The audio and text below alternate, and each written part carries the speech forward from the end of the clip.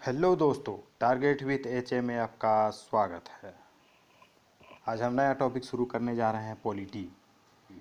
इससे पहले हम ज्योग्राफी को पढ़ें। ज्योग्राफी में 6 या 7 वीडियो हम डाल चुके हैं। धीरे धीरे उसको भी लेकर चलेंगे, ज्योग्राफी को भी लेकर चलेंगे, पॉलिटी को भी लेकर चलेंगे। दोनों को बैलेंस बना के चलेंगे, क्योंकि ज्योग्राफी बहुत लंबा सब्जेक्ट है, बहुत बड़ा टॉपिक उसमें है। अब उसी को बस लेके चलेंगे तो बहुत लंबा समय लग जाएगा, इसलिए इसको भी लेके चलते हैं, पॉलिटी को भी साथ साथ में लेके चलते हैं। पॉलिटी भी पढ़ेंगे और ज्योग्राफी को भी पढ़ेंगे, दोनों साथ साथ लेके चलेंगे, अच्छे से दोनों को कंप्लीट कराएंगे। चलिए दोस्तों, शुरू करते हैं। पॉलिटी, संविधान, पॉलिटिकल साइंस जिसको कहते हैं। तो पॉलिटी का मेन एक टॉपिक होता है संविधान। संविधान से ही पॉलिटी, राजनीतिक विज्ञान को जानने के लिए बस समझिए तो कॉन्स्टिट्यूशन को जानना ही राजनीतिक विज्ञान को जानने के बराबर है। आइए शुरू करते हैं। पॉलिटी, संविधान अंग्रेजी के कॉन्स्टिट्यूशन का हिंदी रूपांतरण है। कॉन्स्टिट्यूशन शब्द लैटिन भाषा के कॉन्स्टिट्यूट से बना है, जिसका अर्थ होता है शासन करने वाला सिद्धांत। अर्थात जिन नियमों एवं सिद्धांतों के तहत किसी देश का शासन संचालित होता है, उसे ही संविधान कहा जाता है। इस तरह संविधान शासन तंत्र को उपबंधित करती है और सामाजिक अस्तित्व के लिए आधारभूत ढांचा तैयार करती है। किसी भी देश को चलाने के लिए एक नियम कानून का ज़रूरत पड़ता है, और उस नियम को एक जगह बांध करके समेट करके रखा गया है, उसी को संविधान कहा जाता है। उस संविधान से हमारा देश का जितना भी रूल है, रेगुलेशन है, संविधान से बाहर नहीं है। संविधान से बाहर गया मतलब संविधान से बाहर चला गया तो उसका कोई महत्व नहीं है। संविधान एक सामाजिक अस्तित्व के लिए एक ढांचा तैयार करता है। इसका मतलब बेस एक देता है, सबको एक जीने का एक स्वतंत्रता देता है। ये संविधान सबको जीने का अधिकार देता है। ना कोई किसी को के ऊपर शोषण कर सकता है, ना किसी को दबा सकता है। संविधान भारत में सभी के लिए है और सबको वो प्रोटेक्ट करता है। किसी भी राष्ट्र का संविधान उसके सामाजिक, आर्थिक और राजनीतिक परिप्रेक्ष्यों में निर्मित होता है। भारतीय संविधान के द्वारा यह निश्चित किया गया कि राज्य की सरकारें कैसी हो और उनके कौन कौन से अंग हो तथा उनके कार्य क्या क्या हो। भारतीय संविधान के द्वारा यह निश्चित किया गया है कि भारत की सरकार कैसी होगी, उनके कई अंग होंगे और उनके कार्य क्या क्या होंगे, उसी को आगे हम देखेंगे। किसी भी आधुनिक राष्ट्र में शासन को संचालित करने के लिए सरकार के 3 अंग होते हैं। एक होता है विधायिका, कार्यपालिका, न्यायपालिका। अब एक एक करके देखेंगे कि होती क्या है। विधायिका, यह विधान कानून बनाने का काम करती है। विधायिका का मतलब कानून है, समझ लीजिए, यह कानून बनाने का काम करती है। कार्यपालिका, विधायिका द्वारा निर्मित कानूनों को पालन करवाने का काम करती है। न्यायपालिका, यह सरकार का तीसरा अंग है, जो कानून का उल्लंघन करने वालों को दंडित करते हैं। साथ में यह भी देखते हैं कि विधायिका और कार्यपालिका संविधान का उल्लंघन तो नहीं कर रहे हैं। जैसे कि मान लिया अभी हमारे राज्य में देख लीजिए या केंद्र में देख लीजिए, केंद्र के संसद को देख लीजिए। संसद कोई नया कानून बनाती है।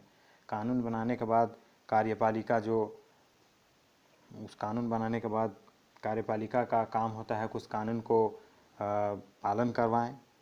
और उसके बाद न्यायपालिका, कोर्ट का जो होता है काम कि इस जो कानून बना है वो कानून सही बना है कि नहीं बना है, संविधान के खिलाफ तो नहीं है, या किसी भी व्यक्ति का अधिकार का उल्लंघन तो नहीं कर रहा है, उसको देखता है न्यायपालिका। भारत में संवैधानिक विकास का शुरुआत कैसे हुआ। भारत में ईस्ट इंडिया कंपनी 1600 ईस्वी में व्यापारिक संस्था के रूप में आए, लेकिन बाद में यह संस्था भारत की राजनीति में दखल देने लगे।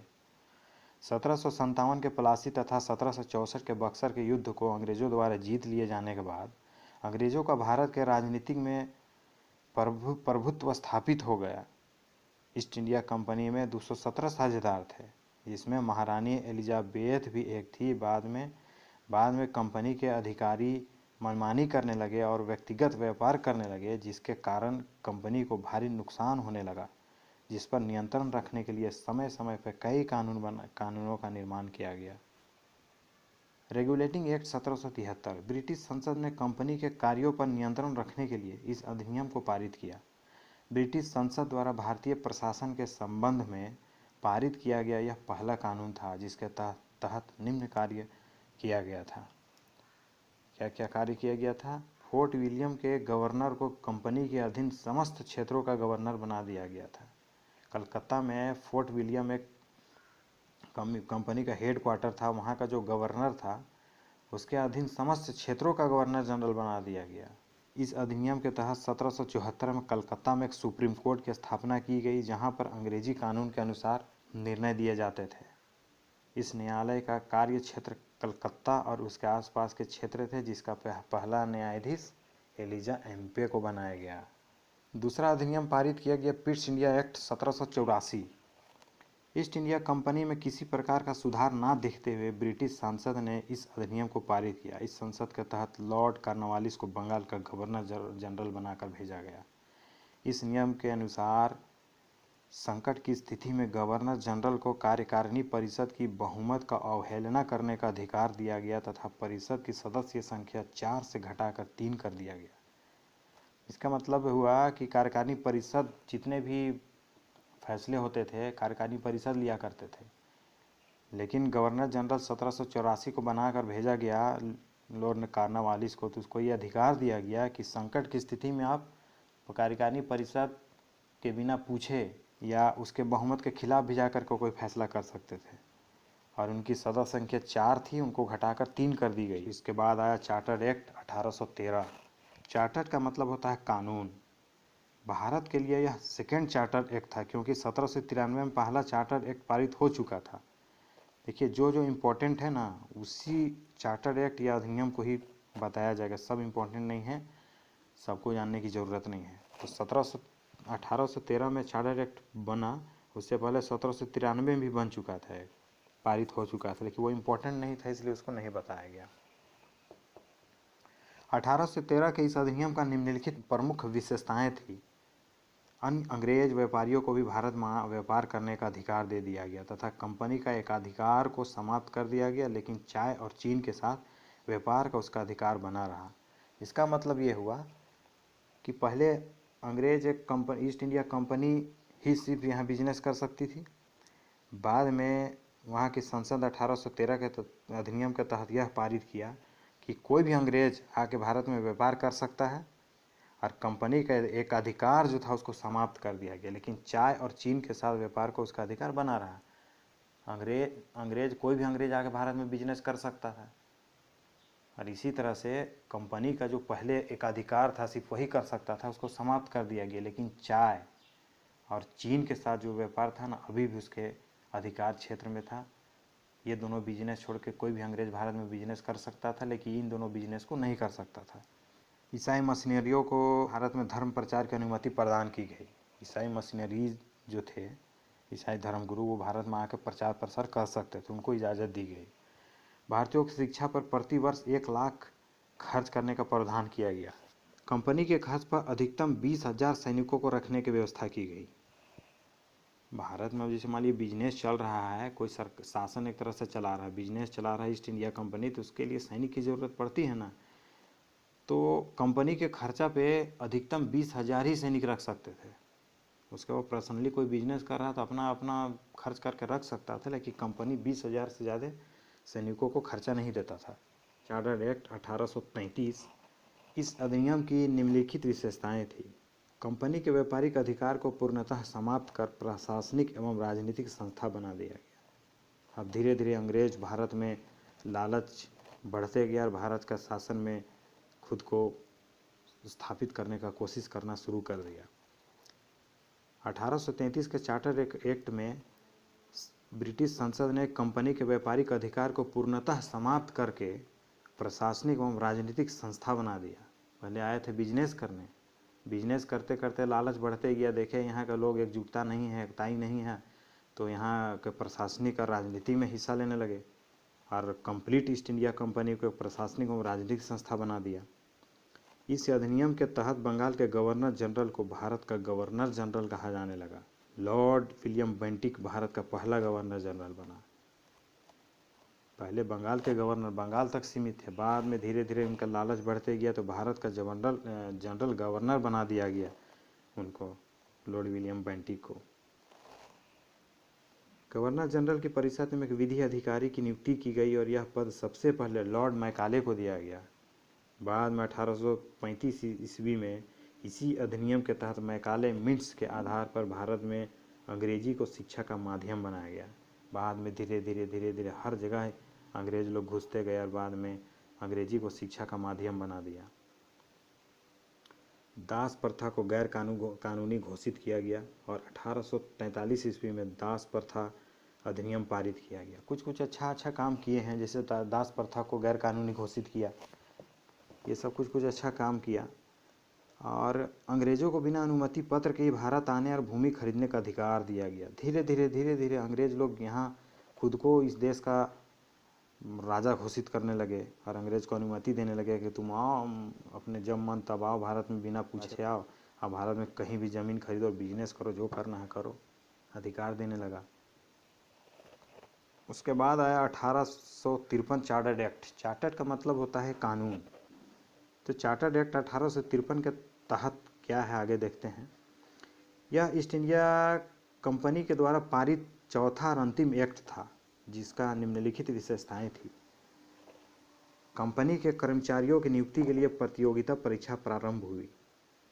पहले कंपनी का कर्मचारी कोई भी आके घुस गया, लेकिन बाद में परीक्षा होने लगा। 1863 में सत्येंद्र नाथ टैगोर भारत के पहले ICS बने। सत्येंद्र नाथ टैगोर। बंगाल प्रांत के लिए एक लेफ्टिनेंट गवर्नर की व्यवस्था की गई। यह काम लॉर्ड डलहौजी के समय में शुरू हुआ। पहली बार संपूर्ण भारत के लिए एक विधानमंडल, ऑल इंडिया लेजिस्लेटिव काउंसिल गठन किया गया। ब्रिटिश संसद को किसी भी समय कंपनी के भारतीय शासन को समाप्त करने का अधिकार दिया गया। ब्रिटिश संसद का यह अधिकार था कि कंपनी का जो भारत में शासन, इसको कभी भी ख़त्म किया जा सकता है। भारतीय विधि आयोग की रिपोर्ट पर विचार करने के लिए इंग्लैंड में विधि आयोग का गठन का प्रावधान किया गया। इस अधिनियम के अनुसार विधानमंडल द्वारा बना कानून तभी लागू होते जब गवर्नर जनरल इस पर अपनी सहमति देते। भारत में तो विधानमंडल बना दिया, लेकिन गवर्नर जनरल जब तक इसमें सहमति नहीं देता कोई कानून नहीं बन सकता। The government of India act 1858, Bharat सरकार अधिनियम 1858। यह अधिनियम भारत की संवैधानिक विकास के लिए अत्यंत ही महत्वपूर्ण है, जिसने भारत में एक नए प्रशासनिक अंग की शुरुआत की। इस अधिनियम द्वारा ईस्ट इंडिया कंपनी के शासन को समाप्त कर दिया गया। अब शासन की संपूर्ण शक्ति ब्रिटिश संसद अपने हाथ में ले लिया। साथ ही इस अधिनियम के तहत कई महत्वपूर्ण व्यवस्थाएं पारित की गई, जैसे कंपनी का नियंत्रक मंडल एवं संचालक मंडल को समाप्त कर दिया गया। भारतीय शासन को देखने के लिए भारत सचिव का पद सृजित किया गया तथा उनकी सहायता करने के लिए 15 सदस्यों का एक भारतीय परिषद का गठन किया गया। पहला भारतीय सचिव एलियट को बनाया गया। भारत के गवर्नर जनरल का नाम 1858 में बदलकर वायसराय कर दिया गया। इस तरह ईस्ट इंडिया कंपनी का अधीन भारत का अंतिम गवर्नर जनरल कैनिंग और प्रथम वायसराय भी कैनिंग ही था। भारत सचिव को ब्रिटिश संसद के समक्ष बजट रखने का अधिकार दिया गया। इस अधिनियम के द्वारा शासन व्यवस्था प्रत्यक्ष रूप से ब्रिटिश संसद के हाथ में चला गया। भारत परिषद अधिनियम 1861, भारत में पहली बार प्रशासन में भारतीयों को शामिल किया गया। अब धीरे धीरे अंग्रेज भारतीयों को भी शामिल करना शुरू कर दिए। 1862 में लॉर्ड कैनिंग की परिषद में 3 भारतीयों को शामिल किया गया। बनारस के राजा, जिसे सितारे हिंद कहा जाता था, पटियाला के महाराजा और तीसरे नंबर में थे सर दिनकर राव।